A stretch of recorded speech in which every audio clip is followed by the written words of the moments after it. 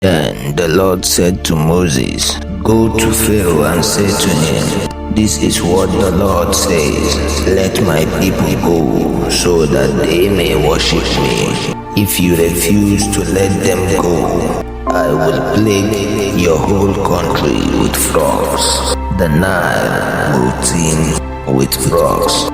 They will come up into your palace and your bedroom, and unto your bed, into the houses of your officials, and on your people, and into your ovens and kneading troughs.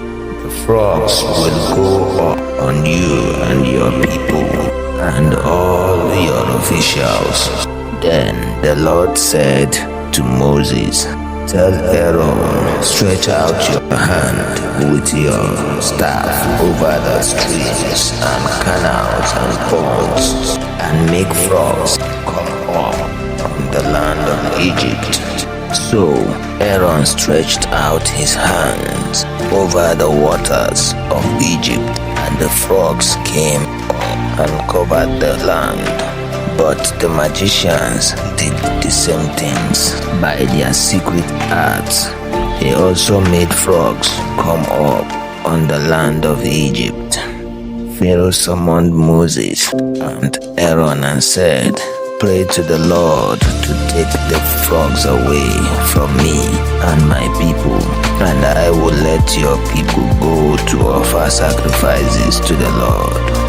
Moses said to Pharaoh, "I leave to you the honor of setting the time for me to pray for you and your officials and your people, that you and your houses may be rid of the frogs, except for those that remain in the Nile."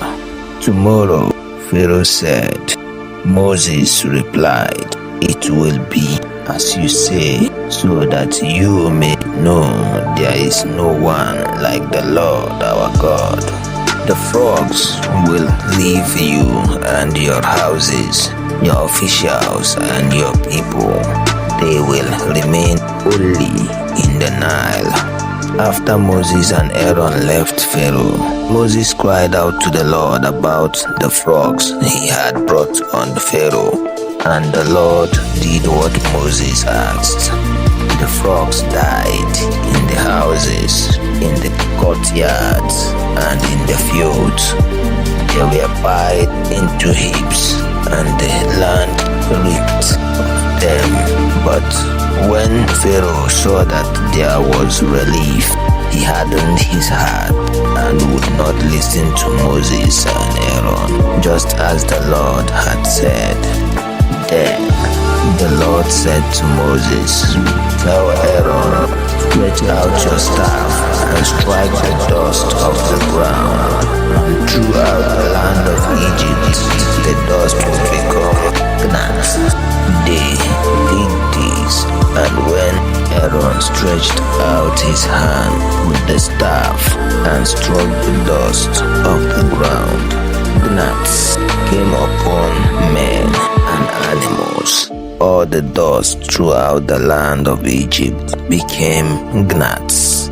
But when the magicians tried to produce gnats by their secret art, they could not, and the gnats were on men and animals.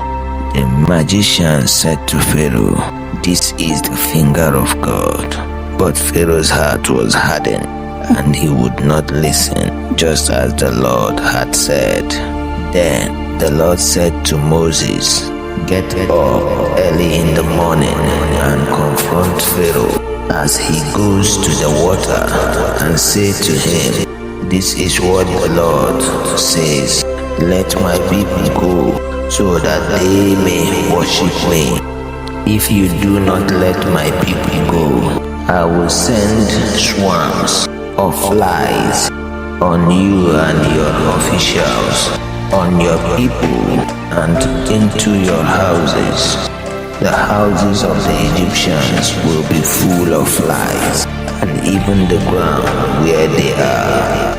But on that day I would deal differently with the land of Goshen, where my people live. No swarms of flies will be there, so that you will know that I, the Lord, am in this land. I will make a distinction between my people and your people. This miraculous sign will occur tomorrow, and the Lord did this.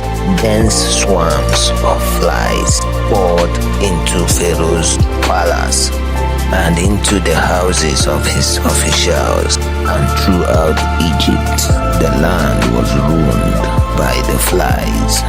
Then Pharaoh summoned Moses and Aaron and said, "Go, sacrifice to your God here in the land." But Moses said, "That would not be right. The sacrifices we offer the Lord our God would be detestable to the Egyptians. And if we offer sacrifices that are detestable in their eyes, will they not stone us?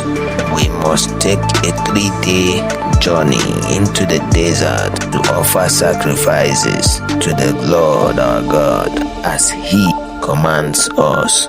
Pharaoh said, "I will let you go to offer sacrifices to the Lord your God in the desert, but you must not go very far. Now pray for me."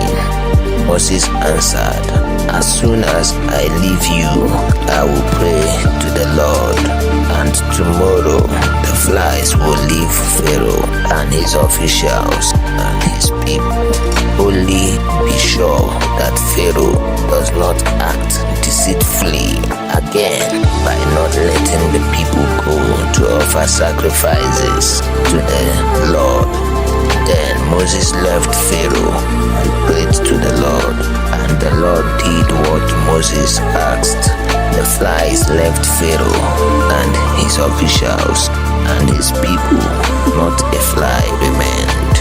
But this time also Pharaoh hardened his heart and would not let the people go.